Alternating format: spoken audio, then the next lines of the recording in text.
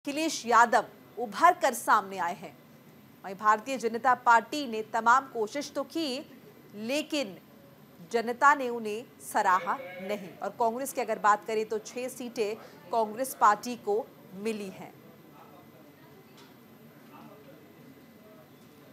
RLD के खाते में 2 सीट आई हैं और खुद बीजेपी को 33 सीटें हासिल हुई हैं उत्तर प्रदेश में।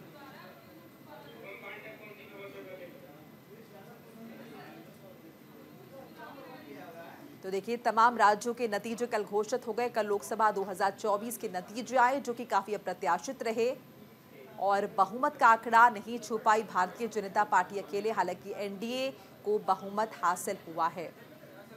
विवेक तिवारी हमारे साथ, हमारे सहयोगी लगातार बने हुए हैं। विवेक जी, जैसे कि हम पहले भी चर्चा कर रहे थे, अखिलेश यादव ने जो है काफी बड़ी जीत दर्ज की है। कहीं ना कहीं ऐसा लगता नहीं आपको कि राजनीतिक भविष्य उनका इससे काफी बेहतर होगा?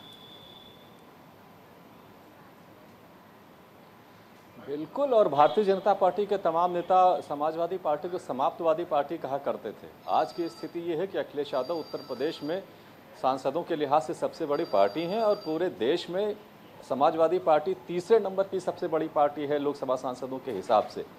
तो इस चुनाव ने उनकी तकदीर बदल दी है, इस पार्टी की तकदीर बदल दी है और मौजूदा समय में इंडिया अलायंस के वो सबसे ताकतवर नेताओं में से एक हो गए हैं राहुल गांधी के बाद। और ये उत्तर प्रदेश के अपना एक कैरेक्टर है कि वो कब क्या करे। दिल्ली का रास्ता, ये कहते हैं ना, दिल्ली का रास्ता लखनऊ से होकर के जाता है, बिल्कुल जाता है। और वो रास्ता जब चाहे बंद कर दिया जाए, जब चाहे उसको खोल दिया जाए, ये उत्तर प्रदेश के लोगों की मर्जी पर है।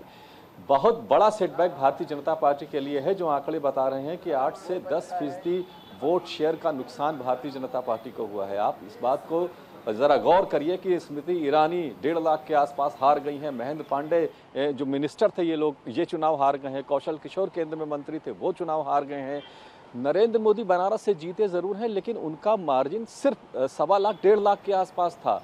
अजय राय जो कांग्रेस के प्रदेश अध्यक्ष उनके खिलाफ लड़ रहे थे, उनको 4,60,000 वोट मिले हैं। तो इसका मतलब यह है कि कहीं ना कहीं एक नाराजगी। और विवेक जी, अयोध्या की सीट को हम कैसे भूल सकते हैं? अयोध्या जिसके लिए तमाम काम भारतीय जनता पार्टी ने किए हैं, राम मंदिर वहां पर बना, जो है राम मंदिर की प्राण प्रतिष्ठा हुई, तमाम डेवलपमेंट जो है वो अयोध्या में देखा गया। बावजूद इसके जनता ने वहां पर भारतीय जनता पार्टी को नकार दिया। बिल्कुल, अयोध्या ही नहीं, उसके आसपास की भी 4-5 सीटें हार गई हैं। रायबरेली, अमेठी, सुल्तानपुर, फैजाबाद, बाराबंकी, अंबेडकर नगर, ये सब अयोध्या से लगी हुई सीटें हैं जो भारतीय जनता पार्टी के पास हुआ करती थी। रायबरेली को छोड़ करके और वो लूज कर गई हैं। तो इसका मतलब ये है कि ये बहुत बड़ा सबक भारतीय जनता पार्टी के लिए है। खासतौर से प्रत्याशियों के चयन को लेकर के सवाल उठ रहे हैं। कार्यकर्ताओं ने काम नहीं किया ठीक से, सिर्फ दिखावा करते रहे।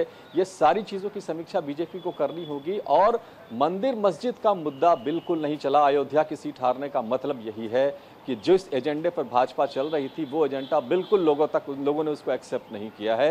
बेरोजगारी और महंगाई ये मुद्दे चले हैं जिसको इग्नोर किया जा रहा था सत्तारूढ़ दल की तरफ से। तो बहुत बड़ा सबक है बीजेपी के लिए और इसको सुधारना होगा, क्योंकि 2027 में पैटर्न अगर यही रहा तो फिर बड़ी मुश्किल होने जा रही है। खासतौर से प्रधानमंत्री के लिए भी एक बड़ा सेटबैक है, जिस तरह से उनके नेतृत्व में ये पूरा चुनाव लड़ा गया और जो परिणाम आए हैं। बीजेपी में काफ़ी शॉकिंग स्थिति है, वो बिल्कुल इसकी कल्पना नहीं कर रहे थे कि ऐसे परिणाम होंगे। तो अब ये इसमें कोई शक नहीं है कि उत्तर प्रदेश ने ही, दरअसल उत्तर प्रदेश ने बीजेपी को रोका है। जो बीजेपी को 30-32 सीटें कम पड़ रही हैं अपने दम पर सरकार बनाने के लिए, उसमें से बहुत बड़ा शेयर उत्तर प्रदेश की सीटों का है। वो सारी सीटें अगर 62-65 के आसपास रहती या 19 का आंकड़ा भी बीजेपी टच कर लेती तो शायद आज नरेंद्र मोदी अपने दम पर बीजेपी की सरकार बना रहे होते। जैसा नहीं हुआ, उसके लिए उत्तर प्रदेश ही जिम्मेदार है बीजेपी के लिए, ये समझना पड़ेगा। बिल्कुल, चलिए शुक्रिया तमाम बातचीत जानकारी